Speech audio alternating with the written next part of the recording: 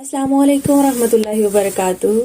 آج کی ویڈیو میں آپ کو ایک شام کے مسافر کا واقعہ بتاؤں گی جو حضرت عثمان غنی رضی اللہ تعالیٰ عنہ کو بہت کنجوس سمجھتا تھا۔ تو حضرت ابوبکر صدیق رضی اللہ تعالیٰ عنہ کے دور میں ایک شخص ملک شام سے سفر کرتا ہوا آیا اور آپ کی خدمت میں حاضر ہوا اور عرض کرنے لگا کہ آپ امیر بھی ہیں یعنی مالدار بھی ہیں اور امیر بھی یعنی مسلمانوں کے سربراہ بھی ہیں۔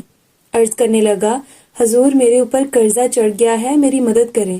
تو آپ اس کو اپنے گھر لے گئے۔ شخص کہتا ہے کہ باہر سے دروازہ بہت خوبصورت تھا لیکن گھر پر ایک چارپائی بھی نہ تھی، کھجور کی چھال کی چٹائیاں بچھی ہوئی تھی۔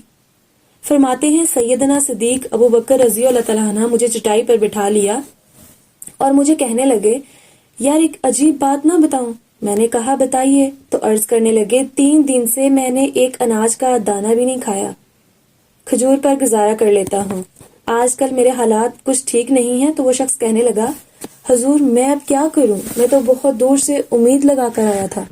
تو فرمانے لگے، تو عثمان کے پاس جا۔ وہ شخص کہنے لگا، مجھے تو بہت سارے پیسے چاہیے۔ تو آپ نے فرمایا، تیری سوچ وہاں ختم ہوتی ہے جہاں سے عثمان کی سخاوت شروع ہوتی ہے، تو جو سوچتا ہے اتنے ملیں گے، تو جا ان کے پاس۔ وہ شخص کہنے لگا، آپ کا نام لوں کہ مجھے امیر المومنین نے بھیجا ہے؟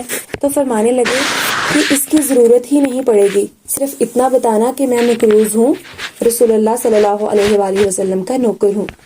وہ شخص کہنے لگا کہ وہ دلیل حوالہ مانگیں گے۔ فرمایا، عثمان سخاوت کرتے وقت دلیل یا حوالے نہیں مانگتے، عثمان اللہ کی راہ میں دیتے ہوئے تفتیش نہیں کرتے، اور سخاوت کرتے وقت ٹٹولنا عثمان کی عادت نہیں۔ وہ شخص کہنے لگا کہ میں چلا گیا، پوچھتا پوچھتا دروازے پر دستک دی، حضرت عثمان غنی رضی اللہ تعالیٰ عنہ کے اندر سے بولنے کی آوازیں آ رہی تھی۔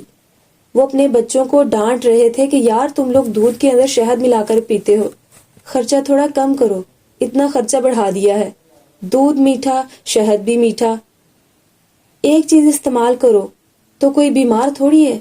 وہ شخص کہنے لگا، ابوبکر تو بڑی باتیں بتا رہے تھے، یہاں تو وہ دودھ اور شہد پر لڑائی کر رہے ہیں، اور مجھے تو کوئی 1000 دینار چاہیے، کیا یہ دے دیں گے؟ وہ شخص کہتا ہے کہ میں ابھی یہ سوچ ہی رہا تھا کہ اندر سے دروازہ کھلنے کی آواز آئی، وہ باہر آئے اور میں نے کہا السلام علیکم۔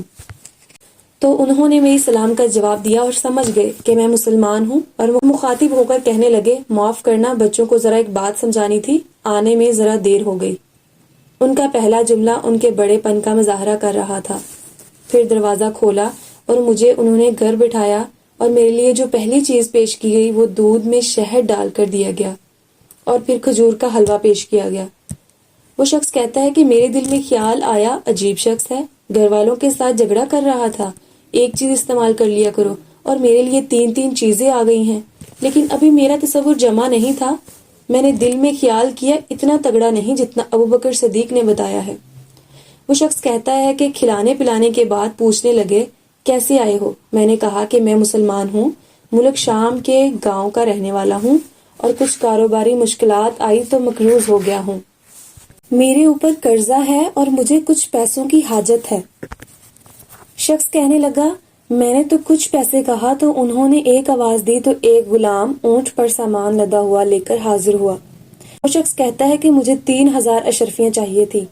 ابھی میں نے بتایا نہیں تھا کہ حضرت عثمان رضی اللہ تعالیٰ عنہ کہنے لگے کہ اس اونٹ پر تیرے لیے، تیرے گھر والوں کے لیے میں نے کپڑے اور کھانے پینے کا سامان اور 6000 اشرفیاں رکھوا دی ہیں، اور تو پیدل آیا تھا، اب اونٹ لے کر جا۔ وہ شخص کہنے لگا کہ میں نے فوراً اسے کہا، حضور یہ اونٹ انہیں واپس کرنے کون آئے گا؟